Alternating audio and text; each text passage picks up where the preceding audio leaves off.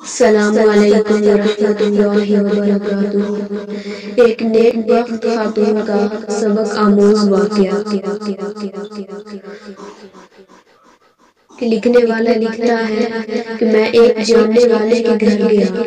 تو وہاں ایک بہت سبق آموز واقعہ رونما ہوا جو آپ کے گوش گزار کرنا چاہتا ہوں۔ میں ان کے ڈرائنگ روم میں جا کر بیٹھا تو کچن ڈرائنگ روم کے ساتھ اٹیچ تھا، جس کی وجہ سے کچن میں ہونے والے گفتگو کو غور کرنے سے آسانی کے ساتھ سنا جا سکتا تھا۔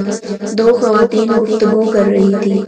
جس سے مجھے اندازہ ہوا کہ یہ دونوں اس گھر کی دلہنیں ہیں، یعنی بہو ہیں۔ ان دونوں کے گفتگو نے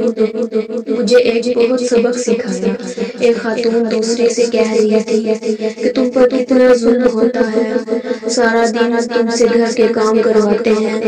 ہر کوئی تمہیں نوکر کی طرح سمجھتا ہے، شاید اس لیے کہ تم مڈل کلاس فیملی سے تعلق رکھتی ہو،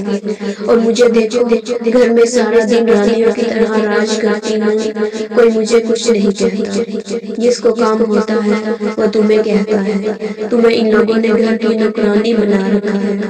تم اپنے شوہر کو کیوں نہیں بتاتی یہ سب؟ دوسری خاتون نے انتہائی خوبصورت جواب دیا۔ اس نے کہا،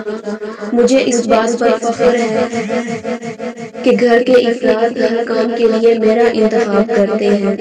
کیونکہ مجھے ان کے کام کرنے سے خوشی محسوس ہوتی ہے، اور جب میں اس گھر کے کاموں کو اپنا سمجھ کر کرتی ہوں تو مجھے تھکن محسوس نہیں ہوتی،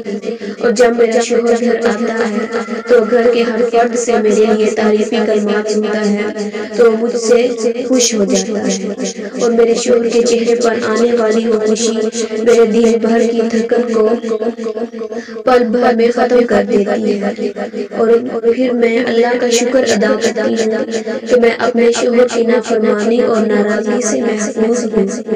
اور باقی رہی مڈل کلاس کی بات تو اللہ کے نزدیک ان کلاسز کی کوئی اہمیت نہیں، وہ اپنے بندے کو تقویٰ کی بنیاد پر پرکھتا ہے،